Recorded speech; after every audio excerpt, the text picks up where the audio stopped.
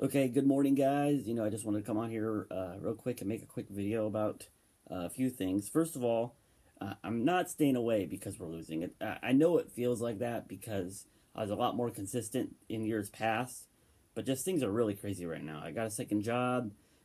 Just a lot's going on, and I do apologize. I wish I could be there every week on a consistent basis for you guys. Just right now, it's just really hard. So I apologize. I'm gonna try and do better.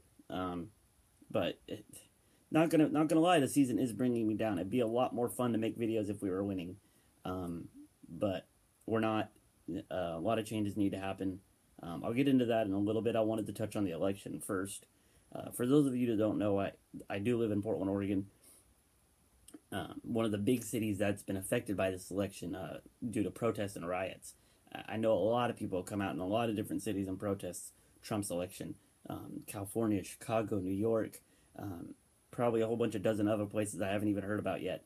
But Portland, the first few nights were really okay. They were just, peaceful protesting, and the police let them do what they want. They even blocked traffic, and they didn't really do a ton of corralling, which I thought was odd. Standing out on a major freeway, I thought the police could have stepped in a little bit sooner than they did.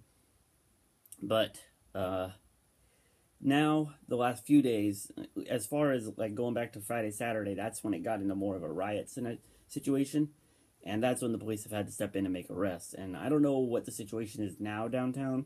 I haven't had a chance to really have an ear to the door about it, but I'm all for protesting. I'm all for having a peaceful get together about something you're frustrated on. I mean, that's your First Amendment, free speech. You can do that within ordinance of the law. But the minute you start breaking things, the minute you start setting things on fire and causing a scene, that's when you have to, get spanked a little bit. And stop being such a crybaby. Yes, Trump won. Okay, what is all that going to change? Nothing. He's still going to be the president come January 20th. Bernie or Clinton is not getting into the White House. I'm sorry, they're not.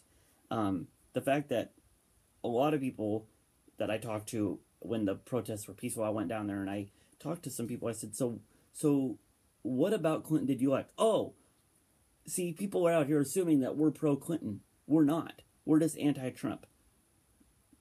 Okay. In the end there, it was either one or the other.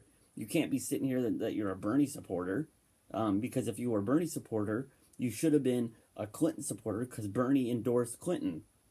Or did you just not vote? And some of them didn't vote. And I'm like, well, then you have no room to complain. You didn't do your job. Now, Oregon, it really doesn't matter. It does matter in the popular vote, but Oregon is a very blue state. Very blue. The Democrats always win our state. So, obviously, we're going to have a lot more pissed off people than, say, Texas or, say, any other red state. But I feel like Oregon is a very divided. I feel like the country is very divided. But yeah, it's going to be obvious by the end of this video. I voted for Trump. I just think his immigration policy is on point. I think what he wants to do with getting the factories back in America is on point. I agree with a lot of what he says. Maybe not necessarily how he says it, but what he says. And I feel like that's a lot of America.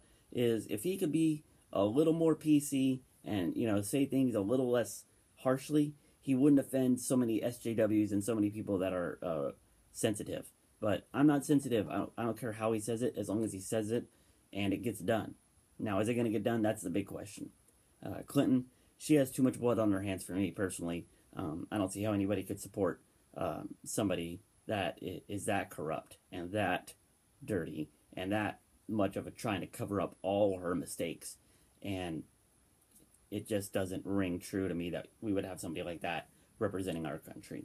I'd rather have somebody who needs to learn to keep his mouth shut just a touch, or maybe learn to tweak his wording a little bit, than somebody who has been responsible for a lot of people's death, primarily the Benghazi effect, the situation there. But anyway, I really don't like talking about politics on this channel, but I thought it was necessary for me to come on here and just speak my mind about it. I'm really happy Trump won. I'm really excited for what he's going to do for this country. And I hope it all works out, and I hope a lot of people see that he really isn't that bad of a president-elect. He really isn't that bad. Give him a chance. On to Oregon football. God, can the season be over? Can we just get done with the last 2 games and get on with the program? Like, seriously, get on with our program. Rebuilding our program. I really want to start that process because it's going to be a long process. And it just sucks that we have to rebuild.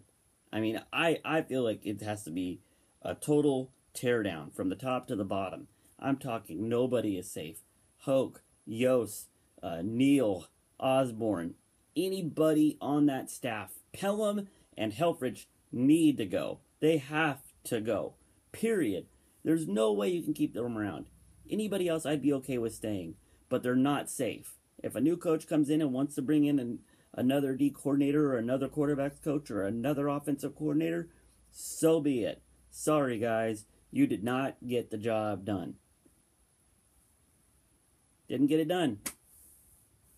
You know, there's a few people out there that we're all looking at, that we're all talking about, but until Helfrich is actually fired, it's all kind of hyperbole and hearsay. So we'll see. I really, really wish there was a way for me to spin it to where Helfrich could keep his job and that he needs more time.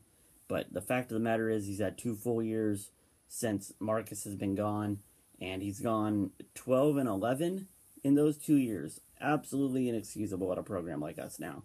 I know we're not a big boy program. I know we'll never probably really be a big boy program when it comes to national. I mean, we're good. We're a top 10 program, or were.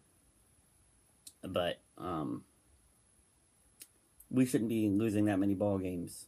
I mean, I know he's a Heisman Trophy winner, and that's fantastic, but should not have that record. You should have better player development, better coaching for when these situations come up. But to go 9-4 after going to a national championship game and then now to not even making a bowl game, you are regressing at an astonishing rate. It's not like we've won 10 games last year and we're going to win like 8 games this year and we're slowly, kind of dwindling a little bit. We're degrading at an astonishing rate, and changes need to be made. Bar none. Said it for weeks. Bar none. Changes need to be made. Helfrich and Pelham need to be out the door ASAP. I wish it would be now, just to get the ball rolling on all this, but it won't be till after the season. I'm guessing the Monday after Oregon State. I'm really kind of glad we didn't make a bowl game, because that would have given them a whole nother month to just waste time on. So, as always, guys, go Ducks. Y'all have a great one, and see you around.